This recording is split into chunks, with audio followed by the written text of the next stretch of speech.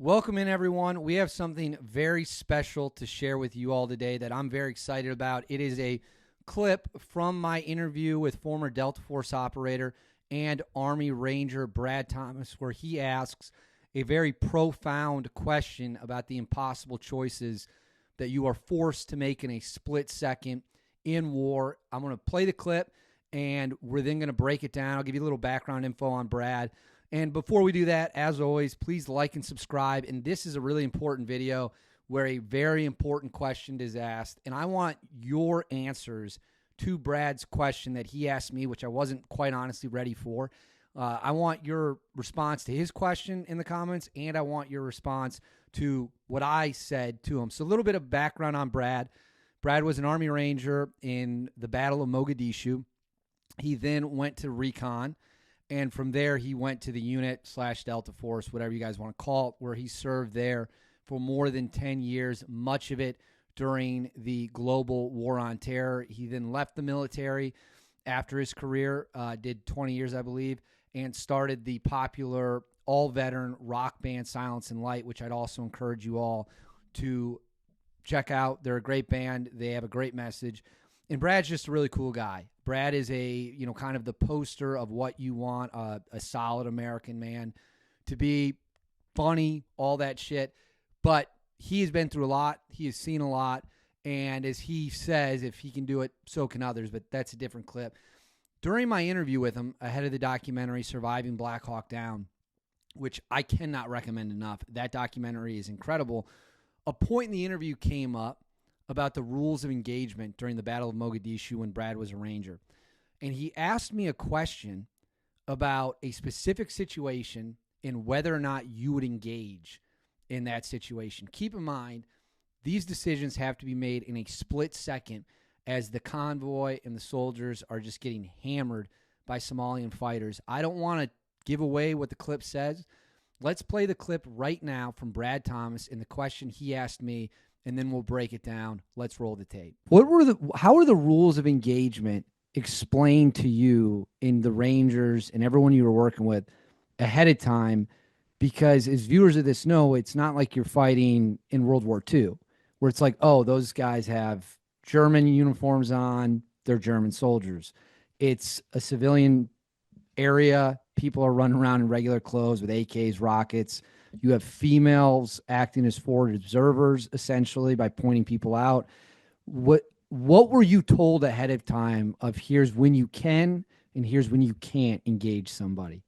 I posted a video of this too, but I still have my rules of engagement cards and all the things that I was carrying on my person, and they were all laminated and everything else. So you could, in the middle of the gunfight, you could pull it out and read it and make sure that you were doing, as well as some language and phrases and sayings and things like that. But anyway, basically, if I remember correctly, we were told, enemy hostile activity with a weapon, that's, free to engage. And, if they're acting in a hostile manner, what we encountered obviously was something different.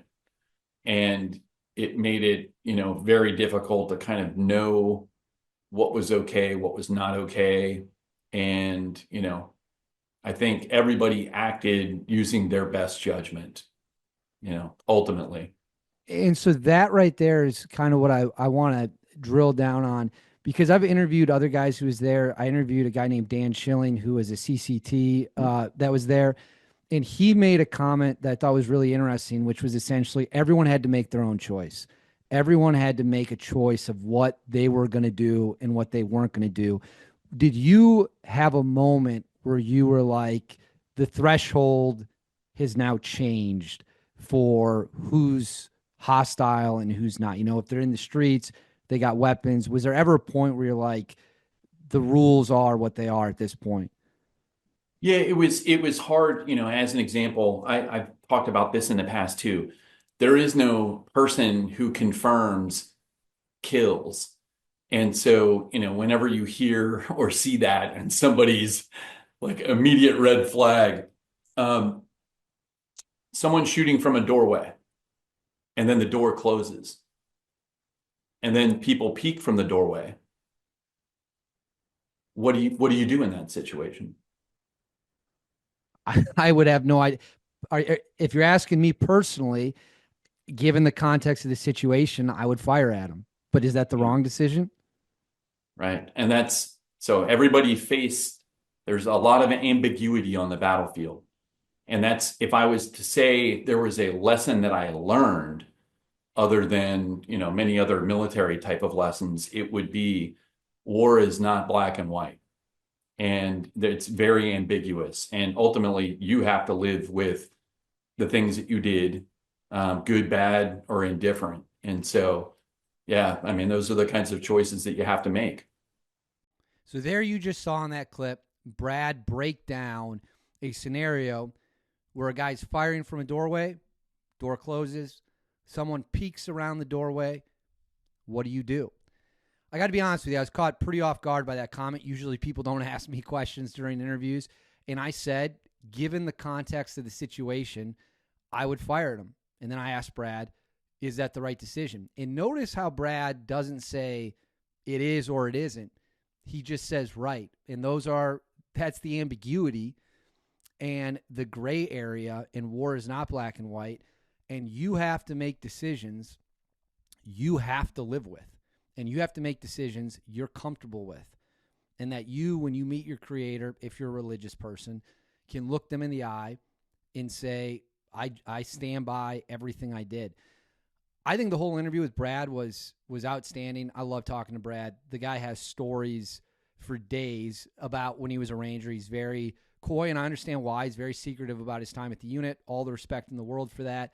I don't pry with guys who don't have any interest in discussing it because, frankly, it's up to them what they want to talk about. And if they don't want to talk about their experience at the Tier 1 level, it would be rude and unacceptable for anyone, me or anyone else, to push them to give answers. But that moment in that interview was what I think was the best moment, because for me as a civilian who never served in the military, it really does put into perspective that these guys are tasked with making decisions, life-altering decisions, potentially, in a snap of a finger.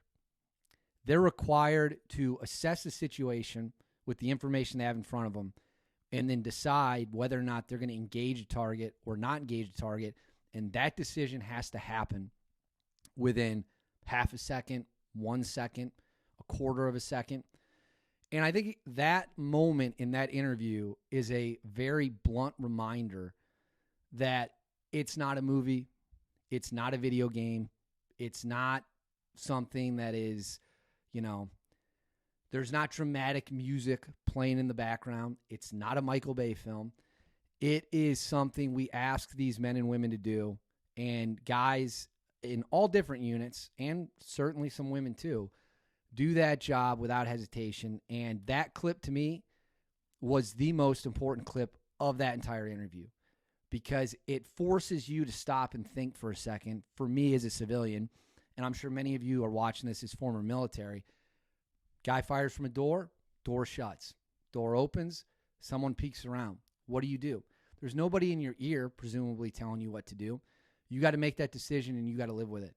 And that moment in that interview, as you could see, I was a little bit speechless. I didn't know what to say.